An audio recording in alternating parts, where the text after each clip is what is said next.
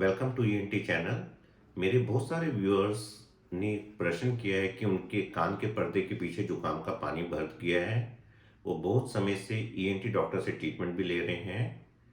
कुछ समय बाद ईएनटी डॉक्टर बोलते हैं कि उनके कान के पर्दे में चीरा देना पड़ेगा और वहाँ पे ग्रोमेट डालना पड़ेगा। ग्रोमेट एक छोटा सा मोती जैसा होता है जिसमें छेद होते हैं, जो कान के पर्दे पर अटक जाता है और कुछ महीने रहता है और जिससे कान का पानी बाहर आ जाता है। पर वो किसी भी किस्म का कान का ऑपरेशन नहीं कराना चाहते। तो क्या ये ग्रोमेट डालना कान के पर्दे में ठीक रहेगा? तो मैं अपने व्यूअर्स का ये प्रश्न बहुत डिटेल में देना चाहता हूँ।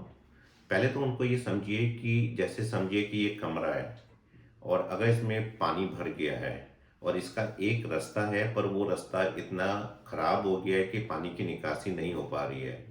तो इमिडिएटली इसको ठीक करने के लिए जरूरी है कि हम कोई और एक टेम्परेरी विंडो बनाएं जहाँ से पानी की निकासी करें, ताकि अंदर हवा जाए और जो गंदा पानी निकलता रहे, ताकि कमरे की दीवारें सब सूख जाएं।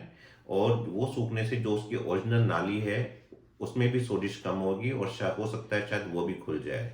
और जो पानी भरे रहने के अंदर जो है, जो जहाँ पे फंगस का जमाव होगा, दीवारें गलने लगेंगी, वैसे ही कान के जो जो मिडल ईयर होता है वो भी एक कमरे की तरह है।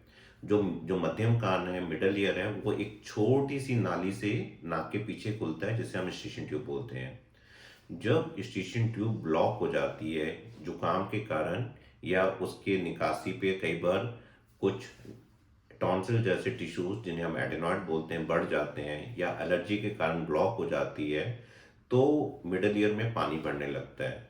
कई बार वो बबल्स के रूप में दिखता भी है और कई बार बुलबुले जैसी आवाज भी करता है, कान को ब्लॉक करता है और कम सुनाई देता है। पर यही पानी अगर बहुत लंबे समय तक खड़ा रहे तो वहाँ पे बैक्टीरियल इन्फेक्शन हो सकता है और उसमें पस बढ़ सकती है। डॉक्टर इनिशियली तो आपको मेडिसिन देके कोशिश करते हैं कि बिना चीरे के ही ठीक हो जाए, बट यूजली 90% केसेस तो एक महीने में ठीक भी हो जाते हैं। बट अगर इससे ज़्यादा लंबा खींचते हो तो कान में कुछ इरिवर्सिबल डैमेज होने का रिस्क रहता है। तो उस केस में बेहतर है कि डॉक्टर कुछ हफ्ते की ट्रीटमेंट देने के बाद अगर ना ठीक होए तो पर्दे में वो चीरा देके वो ग्रोमेट अटका दे, उससे रिकवरी जल्दी होगी। पर लोगों का अगर दूसरा प्रश्न ये होता है कि डॉक्टर मेरे पर्दे में चीरा देने पे मुझको कोई सुनाई तो कम नहीं देगा, क्या वहाँ पे कोई परमानेंट छेद तो नहीं होगा? नहीं, ऐसा नहीं होगा। आप एक बात ध्यान रखिए, जो कान का पर्दा अपने आप फटता है, जैसे कान के पर्दे के अंदर जुकाम का पानी भर गया, मवाद पड़ गया और मवाद को निकलने का रास्ता चाहिए, वो पर्दा फाड़ के बाहर आया, तो वो बहुत गंदे तरीके से फटता है और उसके ठीक होने के अपने आप चांसेस भी कम होते हैं, और ठीक हो भी जाए तो पर्दा उतना नेचुरल नहीं होता।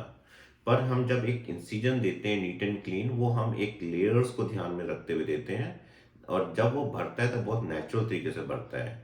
दूसरी बात, जब हम चीरा देते हैं और वो गंदा पानी निकाल देते हैं तो हियरिंग इमिडिएटली इम्प्रूव होता है। ग्रोमेट डालने के बाद तो बच्चों का हियरिंग इम्प्रूव हो जाता है, और जब ग्रोमेट अपने आप 3 से 6 महीने बाद बाहर आता है तो वो पर्दा अपने आप भर जाता है।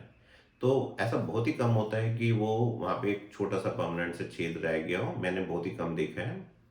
तो बेटर ये है कि आप कुछ हफ्ते वेट करें, अपने डॉक्टर से नियमित रूप से इलाज कराते रहें, सर्दी खांसी जुकाम का, नाक बंद होने का, और अपनी ये अनुलोम विलोम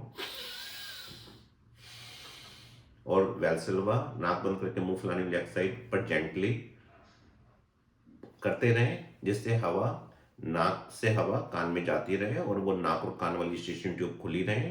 पर ये सब ट्रीटमेंट लेने के बाद भी अगर आपका कान ना खुले तो कान के में मेनिंगोटमी एंड ग्रोमेट, जो कान के पर्दे में जो छेद देते हैं उस प्रोसेस को बोलते हैं मेनिंगोटमी, और उसमें जो ग्रोमेट अटकाते हैं उसे बोलते हैं मेनिंगोटमी एंड ग्रोमेट इंसर्शन। वो करवा लेना चाहिए, उसके बहुत लॉन्ग टर्म फायदे होते हैं। इसके अलावा भी अगर आपके मन में इसको हार्डली 2-3 मिनट लगते हैं, और मतलब 5 मिनट लग जाते हैं, और बच्चों को तो थोड़ा बेहोश करके करना पड़ता है, बड़ों में लोकल एनेस्थीसिया में जो आउटडोर प्रोसीजर ही कर देते हैं।